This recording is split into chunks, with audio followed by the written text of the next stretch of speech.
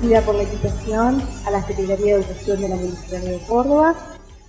Yo ahora los voy a invitar a cambiar un poco el punto de mira respecto a la presentación anterior, que fue tan rica y tan reveladora de la Fundación Sadowski. Vamos a ir como en tres planos. Vamos a ir del plano de la política macro. Vamos luego a interiorizarnos un poco de lo que es un proceso de transformación curricular, que es el que estamos transitando en este momento en Uruguay. Y luego vamos a terminar, como digamos, aterrizando a nivel territorial, local, con la implementación de una política focalizada en educación media básica. Así que la presentación tiene, por lo tanto, como tres momentos. Vamos a ir, por eso decía, por la política macro, por lo curricular y luego por las prácticas en contexto. Yo vengo en nombre de la Administración Nacional de Educación Pública de Uruguay. 30 segundos para explicar lo que con el colega de Mar del Plata en el receso comentábamos. Ustedes tienen una organización muy rara en Uruguay, me decía, porque entonces hay que hacerse cargo de esa rareza.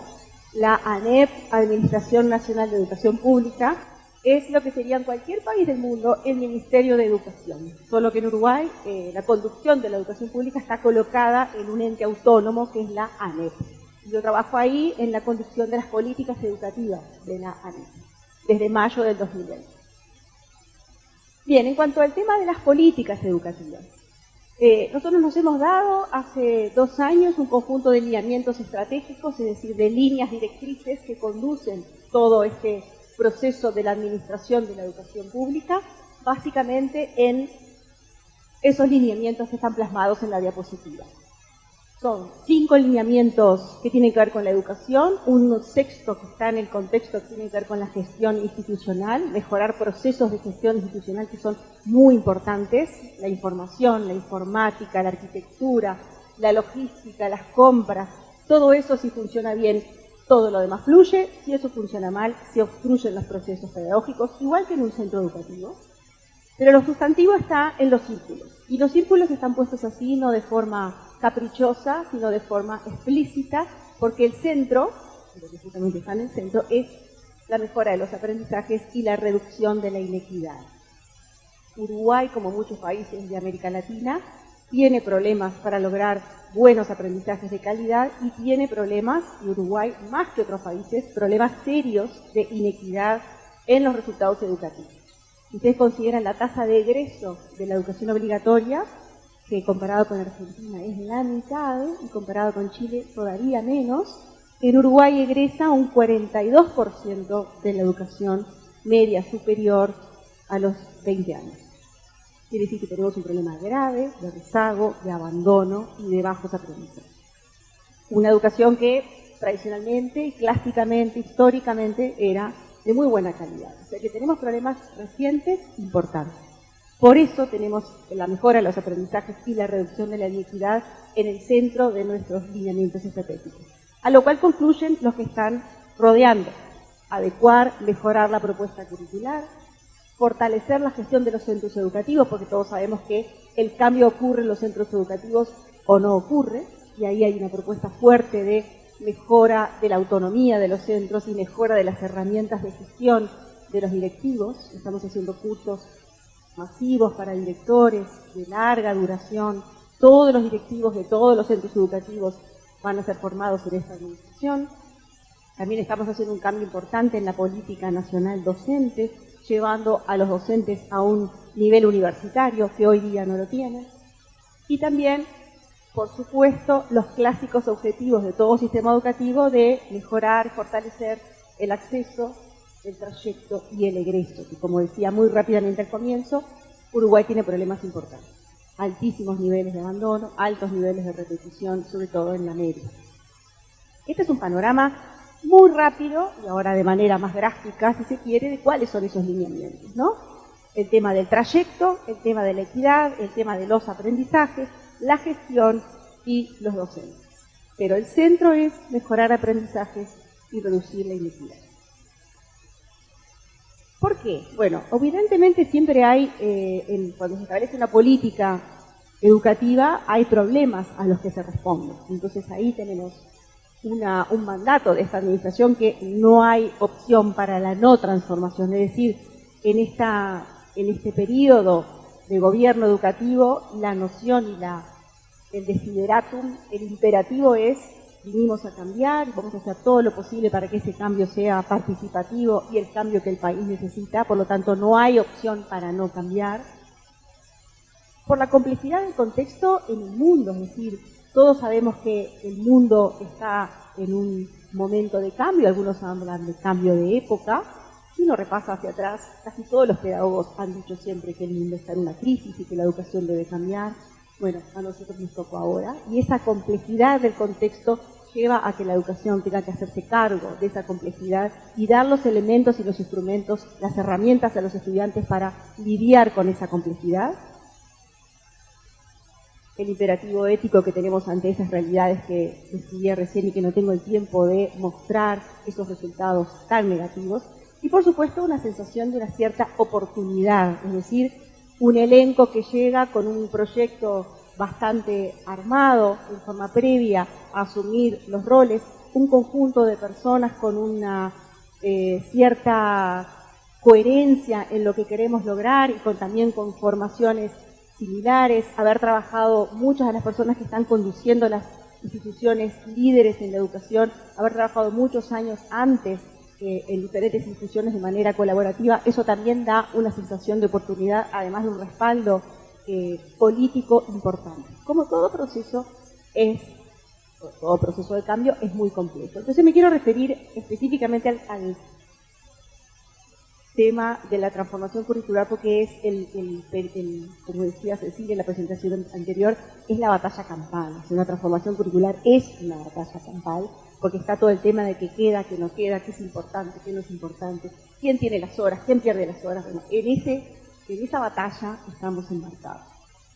En cuanto a la política, bueno, también admitir que la política educativa implica una cantidad de desafíos y como esta maravillosa lámina elaborada en colaboración con el TAN Ceibal, tiene que ver con la cantidad de cosas que hay que lidiar cotidianamente en el manejo de la política educativa. Hay que crear obviamente planes, hay que crear estrategias dinámicas coherentes con esos planes, hay que lidiar mucho con el tema del relacionamiento entre los actores, hay que replanificar, no olvidar que de 2 años para acá tuvimos condiciones muy excepcionales de pandemia, como todo el mundo, abriendo y cerrando escuelas de manera alternativa, lidiando con esa emergencia, pero a la vez creando algo de más largo aliento como es una transformación, creando y gestionando varios equipos en forma simultánea, todos los que están en cargos de gestión lo tienen clarísimo, y construyendo armonía entre lo técnico y lo político. Este es un tema bien importante, es decir, en estos procesos de cambio en educación, como cualquier política social, siempre hay una tensión entre lo técnico y lo político. Clásicamente entre la presión y el apuro de lo político y el querer hacer las cosas bien detalladamente y parsimoniosamente de lo técnico. Y esa es básicamente la tensión más importante a lo largo de todo el proceso. También gestionando emociones, todos los que tenemos a cargo personas, sabemos que gran parte de nuestro tiempo se nos va a gestionar las emociones de las personas. Muchas veces es el miedo, la ansiedad, el cuidar el territorio, las cuestiones de poder. Y eso también en la política macro, está muy presente, y cuanto más complejo y más arriba y más comprometedor en la dimensión del cambio, más emociones se tienen que gestionar. Comunicando clara y estratégicamente. Parte de la gracia de un proceso de cambio es saber comunicar y comunicar bien. Nosotros en nuestro caso tenemos una autoevaluación bastante negativa de que hemos tenido problemas en la comunicación y estamos haciendo esfuerzos para mejorarlo. Muchas veces las cosas que hacemos no las decimos bien, no las comunicamos y se generan muchas confusiones que son responsabilidad nuestra por no haber comunicado bien y en tiempo. Bueno, y también, obviamente, trabajando en el corto, el mediano y el largo plazo. Y en este caso, en este proceso, claramente, el tema de la pandemia tuvo muchísimo que ver. Por lo tanto, aprendiendo mucho. Y también resaltar, porque acá lo técnico, lo académico tiene mucho que ver, la vigencia de lo que es la teoría del cambio. Los procesos educativos tienen una cantidad de estudiosos, hay algunos nombres, Fulan, el consorcio McKinsey, Axel Rivas en Argentina, Flavia Perilli, es decir, gente que ustedes seguramente conocen, todos ellos. Hemos encontrado muchas de las cosas que toda la vida hemos enseñado y hemos investigado, que están muy vigentes, ¿no? La complejidad del proceso, la resistencia que se genera al comienzo, las dificultades de aterrizar lo macro en lo micro, la cantidad de entropía que se produce en los procesos de implementación a nivel local, las dificultades de personalizar y todo lo que Perilli dice sobre el problema de pensar que el sistema educativo atiende tiempos homogéneos y estructuras homogéneas, todos los niños son diferentes y hay que personalizar.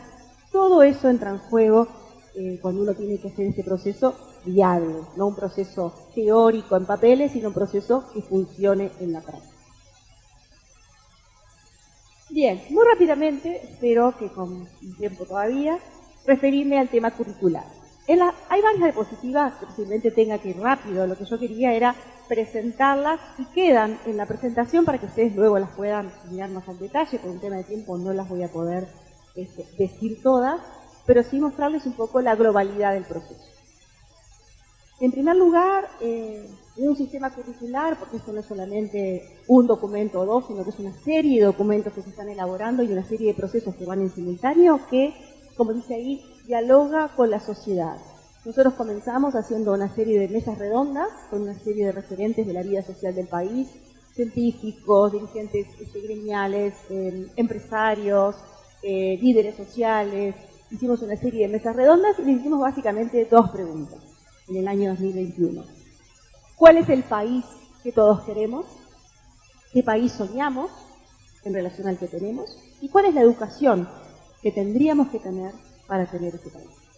Y con eso, que son preguntas sencillas pero de respuesta compleja, tuvimos un riquísimo material para empezar a trabajar. Y eso es un insumo que han tenido todo el tiempo los equipos técnicos que han estado trabajando en la transformación curricular. Hicimos consultas masivas en línea también a las familias, a los docentes y a los estudiantes, preguntándoles qué quieren de su educación, qué es lo que cambiarían de la educación actual, qué cosas nos sugieren para la transformación, y también, que son preceptivas legalmente, las consultas hasta las asambleas técnico-docentes, que son asambleas de docentes, como lo dice el nombre, que se reúnen regularmente para analizar y participar en cualquier transformación, cualquier cosa que implique cambios en las condiciones laborales y pedagógicas. El sistema curricular es muy sencillo. Nosotros empezamos con un marco curricular. En la pausa, los compañeros de la Fundación Sadowski me decían, hemos visto el marco curricular, hemos visto algunos de los primeros documentos. Bueno, está el marco curricular en la base de la pirámide. Luego, las progresiones, que son los mapas de progreso sobre las competencias que nos dimos para este nuevo currículo. Luego, los planes de estudio, que es donde estamos ahora, recientemente aprobado un nuevo plan para la educación básica. Y por último, los programas, que es donde estamos trabajando hasta más o menos el 20 de octubre. Es decir, que este es un proceso que está en construcción ahora, pero de más o menos inminente aprobación. Ahí está la fotito de la tapa del marco curricular, que traje un par de ejemplares para dejarle al doctor Horacio Ferreira, pero también está todo en la página web de la ANEP, www.anep.edu.uy,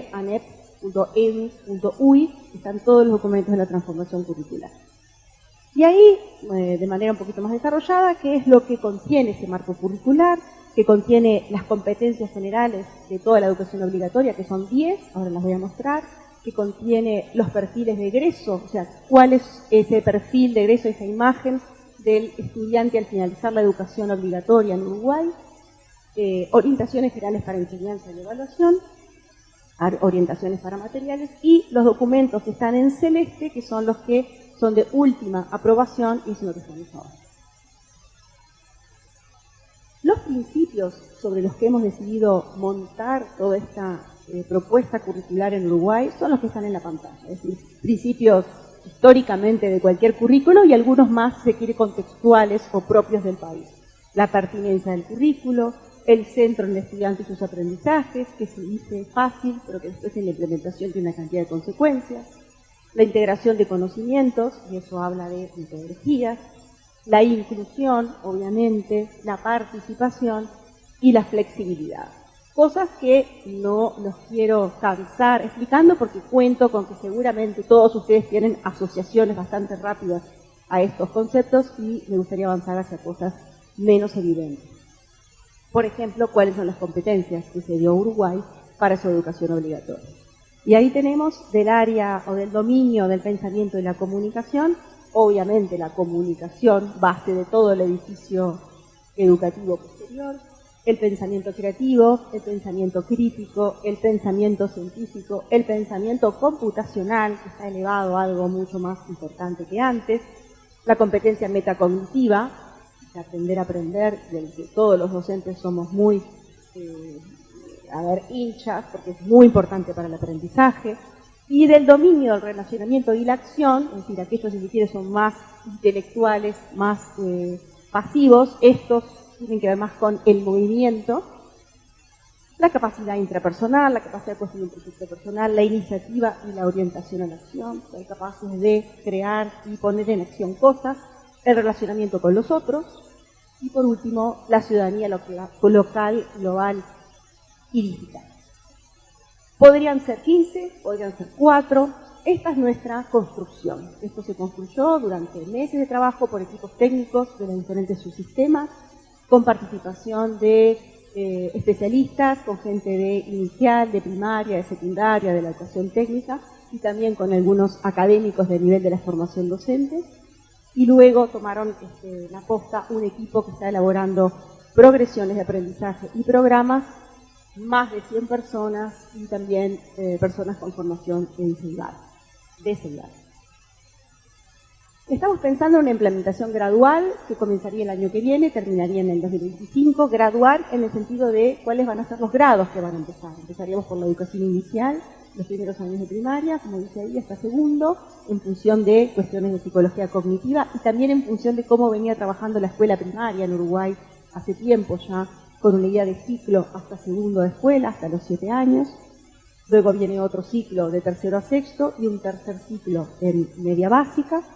En 2024 continuarían los grados correlativos a los que empiezan el año que viene y en 2025 se completaría hasta llegar al final de toda la educación obligatoria, que en nuestro país llega hasta 17 años, fin del bachillerato. Estamos haciendo una formación antes de la implementación de inspectores, directores y docentes. Los 440 inspectores que tiene Uruguay, la escala de Uruguay lo permite, se están formando en este momento en una formación de 120 horas. Los principios de esta transformación, currículo por competencias, evaluación por rúbricas, progresiones, aprendizaje basado en proyectos, metodologías activas, todos esos componentes forman parte de la formación, tanto de inspectores como de directores. Y estamos por hacer disponible un curso, un MOOC, un Massive Online Open Course para todos los docentes que van el año que viene a implementar la transformación, que son cerca de 20.000. Ahí tenemos una placa que relaciona un poco todos los documentos y elementos del sistema curricular y ya empieza a aparecer a la izquierda la relación entre el marco curricular, las competencias y el plan, porque había que elaborar un plan de educación básica integrada, es decir, un plan que reuniera todos estos principios y le diera forma de malla curricular para desarrollar los programas. Y ahí establecimos unos componentes y unos espacios epistemológicos en los cuales organizamos el conocimiento. Si ustedes se fijan, hay tres componentes importantes: las alfabetizaciones fundamentales, el componente técnico-tecnológico y un espacio de autonomía curricular, que en Uruguay es hasta ahora muy escasa, autonomía curricular de centro educativo, y unos espacios de conocimiento que tienen que ver con la comunicación, lo científico-matemático, lo social-humanístico, etcétera, etcétera, etcétera. En ese sentido se trabajó, y esto es muy importante porque es un proceso diferente a todos los anteriores, de manera integrada entre los docentes de primaria, de secundaria y de la educación técnica. En el pasado, los maestros hacían sus programas, los docentes de secundaria los suyos y los docentes de la técnica los suyos, y en este momento tanto el plan como los programas se están haciendo de manera colaborativa, y esa es una gran transformación, porque la idea es tener en el centro al estudiante y su trayectoria. Uno de los grandes problemas del Uruguay es el cambio de ciclo y los niveles de repetición altísimos que hay al comienzo de cada ciclo. Los mismos niños, y acá sienten seguramente que no es solo del Uruguay, Los mismos niños tienen un porcentaje de repetición de 2% en primaria y al año siguiente 40% de repetición en primero de media. Los mismos niños. Quiere decir que el problema es la oferta curricular, no ellos. Entonces, para justamente intentar romper esos cortes tan abruptos, estamos trabajando en una idea de ciclo mucho más continuo. Parte de la solución es curricular y pedagógica. Ese plan entonces se propone al estudiante como centro, reafirma la idea de un currículo orientado por competencias generales y específicas y, como les decía recién, identifica ahí el cambio de ciclo como un nudo crítico del sistema, nudo crítico para el estudiante. El propósito es asegurar el desarrollo de aprendizaje de calidad y competencias para continuar estudiando a lo largo de la vida también, proponiendo un diseño curricular que articule los ciclos con foco en garantizar trayectoria. O sea, la idea de trayectoria, continuidad, calidad, esa es la idea que mueve la construcción de este plan. Y ahí están los objetivos, espacios curriculares comunes, componentes definidos en el marco, esos que les acabo de decir, incorporar espacios optativos que no teníamos más que en la educación técnica, que da mucho trabajo porque tiene un correlato con las horas docentes y un correlato también económico porque es más caro. Potenciar el rol docente y fortalecer la autonomía de gestión curricular. Y aquí tenemos la primera, digamos, explicitación gráfica de cómo se organiza este plan. Es en 3 ciclos, de abajo para arriba, primero, segundo y tercero. Cada ciclo tiene 2 tramos, yendo del primero al sexto, y ahí está la conversión o la equivalencia a los grados.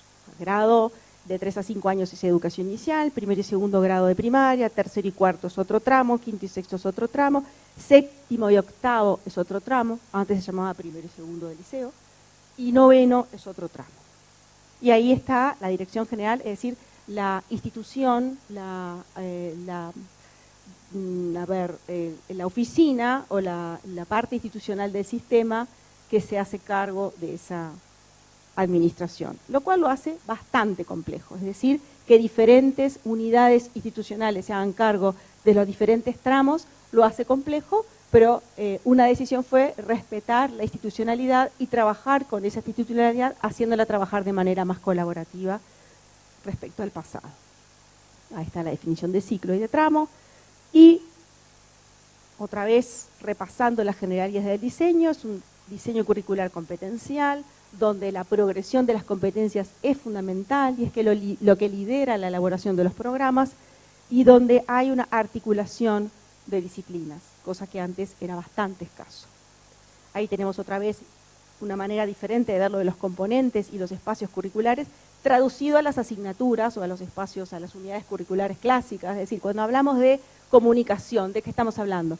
Bueno, estamos hablando en la media del espacio de idioma español, así se llama en Uruguay. Estamos hablando de literatura, estamos hablando de lengua extranjera, inglés, portugués. Cuando hablamos de científico matemático, ¿qué es? Sí, matemática, física, química. Es decir, eso sigue estando, lo que se está articulando de otra manera. El espacio creativo expresivo, el social humanístico, el de desarrollo personal.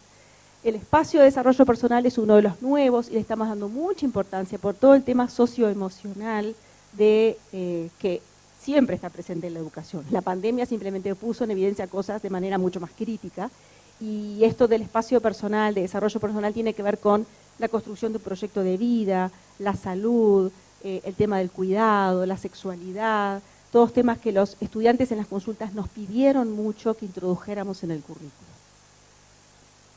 ¿Cómo estoy de tiempo? 5 minutos. Muy bien, vamos más rápido.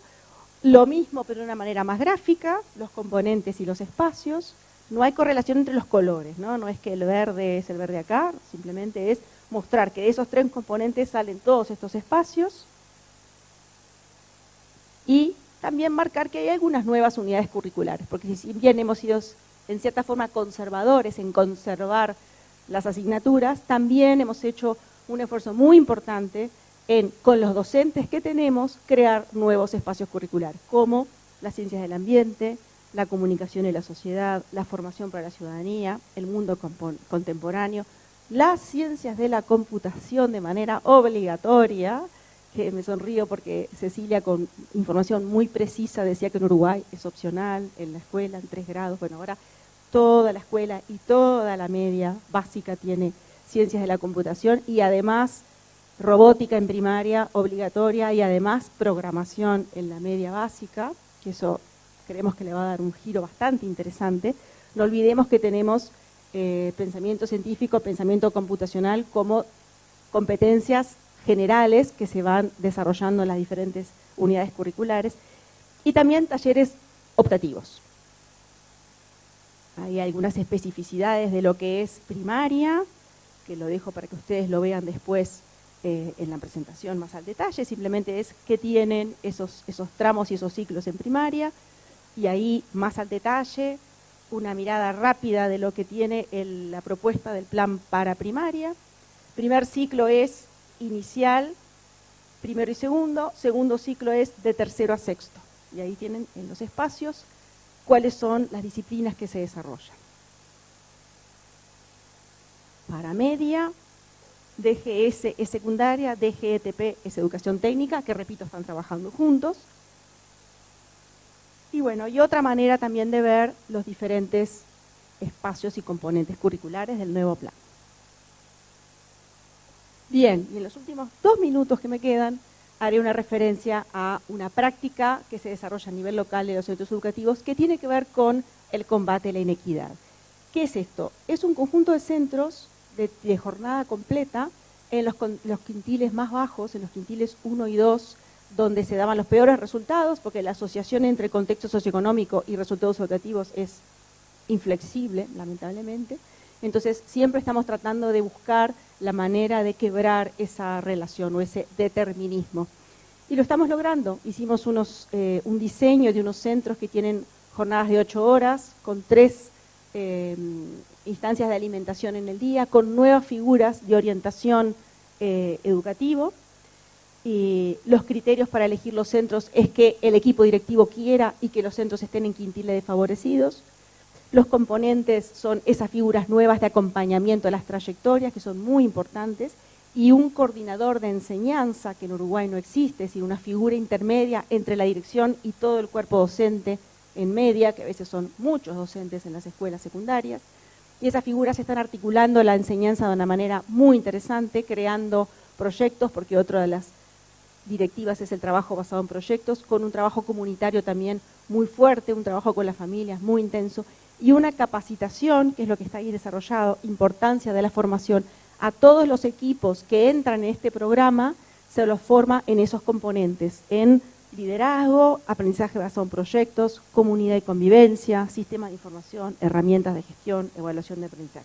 Los primeros monitoreos de esta experiencia, que se llaman Centros María Espínola, por si los quieren buscar, en este momento son 29 centros y al final de la administración van a llegar a 60. Los primeros monitoreos dan que todos los centros mejoraron la retención y la mitad de los centros, el primer año de implementación, mejoraron los resultados en las pruebas nacionales de aprendizaje. Quiere decir que como primer año es bastante auspicioso, pero lo vamos a seguir monitoreando. Este año 2022 es el segundo año y también lo estamos monitoreando. Bien, muchas gracias, y en el tiempo que disponía intenté hacer una buena síntesis para ustedes.